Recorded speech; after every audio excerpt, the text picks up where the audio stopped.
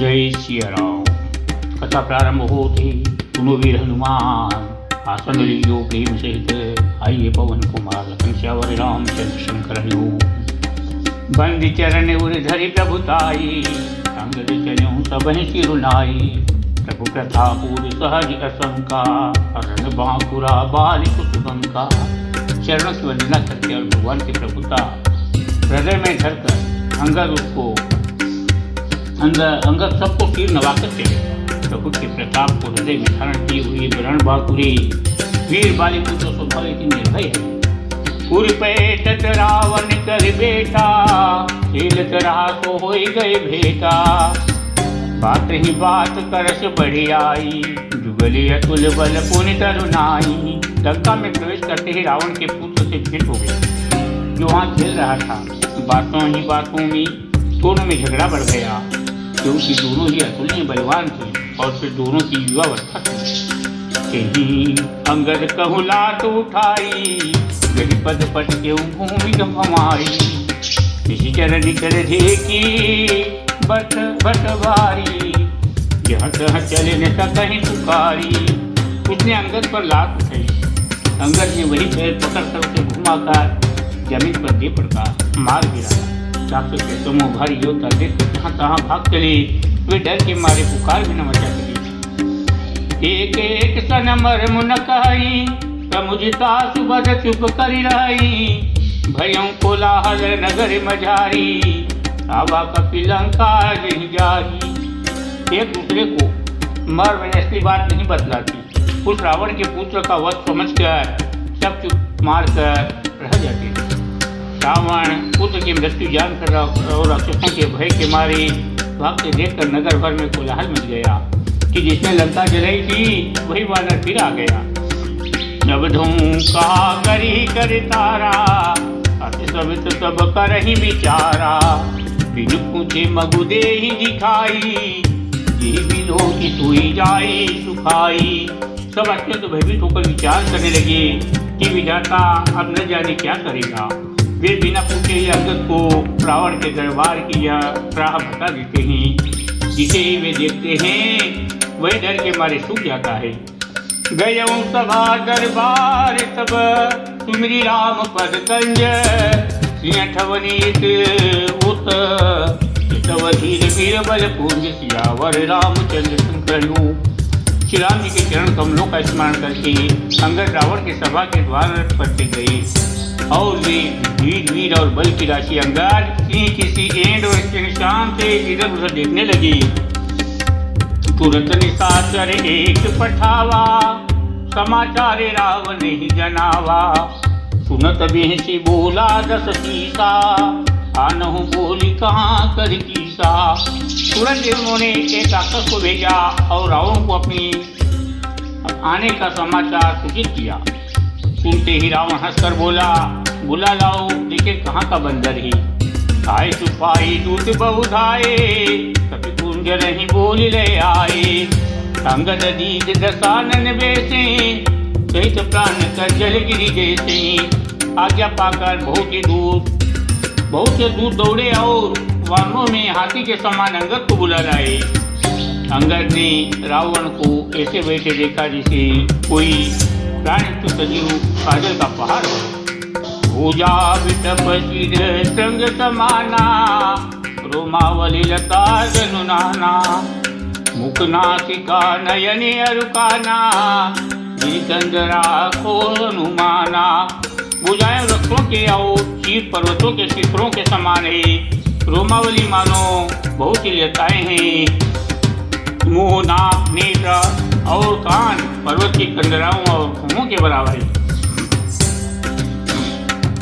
गयऊं सभा मन ने कुन मूरा, बालिकन आदि बल बांकुरा। उठे सभा सद कपिकाओं देखी, रावण वृभा क्रोध विशेषी। अत्यंत बलवान बाकी वीर बालीपुत्र अंगद सभा में गए।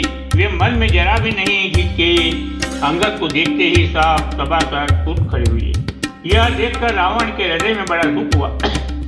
जटामत गज दूत महू, पंचानन पली चली जाई।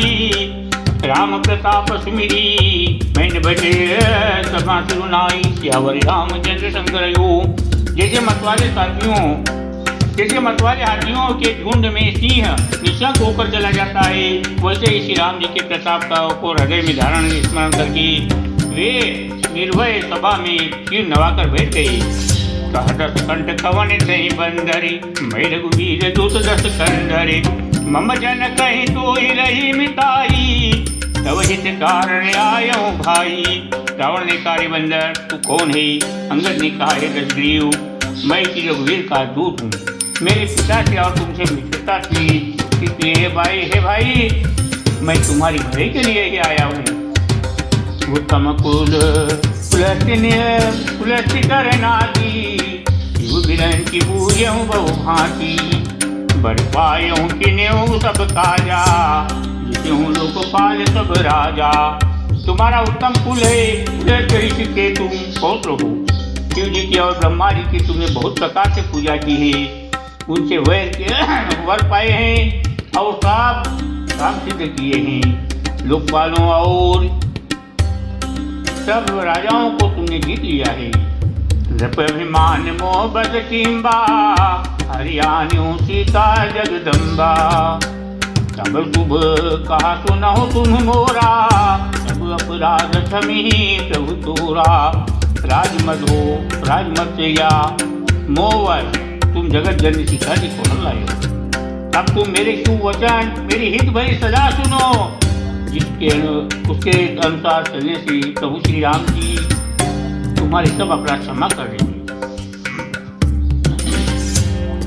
दसन गहूँ तृण कंठ कुठारी परिजन सहित संग निज नारी सादर जनक सुता करी आगे यही विधि चलाऊं सकल भय त्यागे। दांतों में तिनका दबाओ, गले में कुल्हाड़ी डालो और कुटुंबी सहित अपनी स्त्रियों को साथ लेकर आदर पूर्वक जानकी जी को आगे करके इस प्रकार सब भय तोड़कर चलो। तनत पाल रघुवंश मणि त्राहि त्राहि अब मोही आरत गिरा सुनत प्रभु अभय करेगो तो ही सियावर रामचंद्र शंकर यो। और ही शरणागत के पालन करने वाले रघुवंश शिरोमणि श्री राम जी मेरी रक्षा कीजिए। इस प्रकार आर्त प्रार्थना करो, आर्त पुकार सुनते ही प्रभु आपको निर्भय कर देंगे। हे कपिपोत बोल संभारी मूढ़ न जाने ही मोही सुरारी कहु निज नाम जनक कर भाई यही नाते मानिए मिताई। रावण ने कहा बंदर के बच्चे संभाल कर बोल, मूर्ख मुझे देवताओं के शत्रु को तूने जाना नहीं। अरे भाई अपना और अपने बाप का नाम तो बता, किस नाते से मित्रता मानता है? अंगद नाम बाली कर बेटा सासू कबहू भई भेटा अंगद बचन सुनत सकुचाना रह बाली बानर में जाना। अंगद ने कहा मेरा नाम अंगद है, मैं बाली का पुत्र हूँ, उनसे कभी तुम्हारी भेंट हुई थी? अंगद का वचन सुनते ही रावण कुछ सकुचा गया और बोला हाँ मैं जान गया, मुझे याद आ गया, बाली नाम का एक बंदर था। अंगद तहीं बाली कर बालक उपजेऊं बनते अनल कुल घालक गर्भ न गयऊं व्यर्थ तुम जायऊं निज मुख तापस दूत कहायऊं।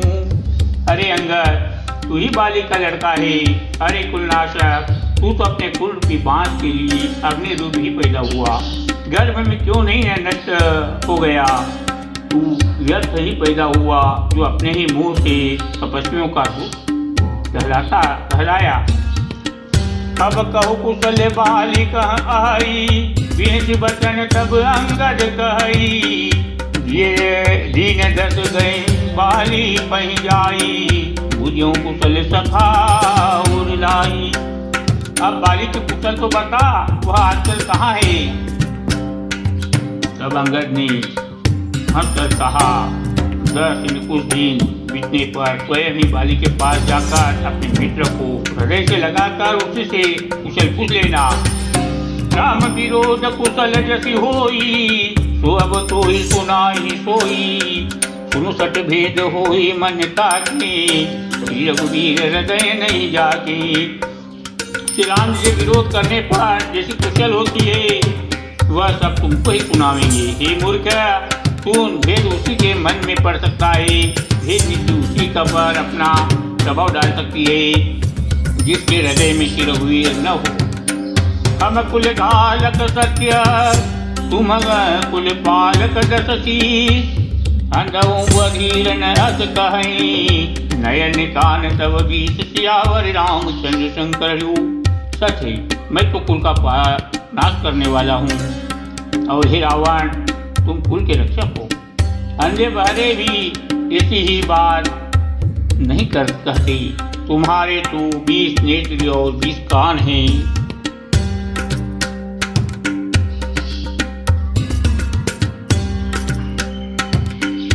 शिव विरंच सुर मुनि समुदायी, चाहत जासु चरण सेवकाई।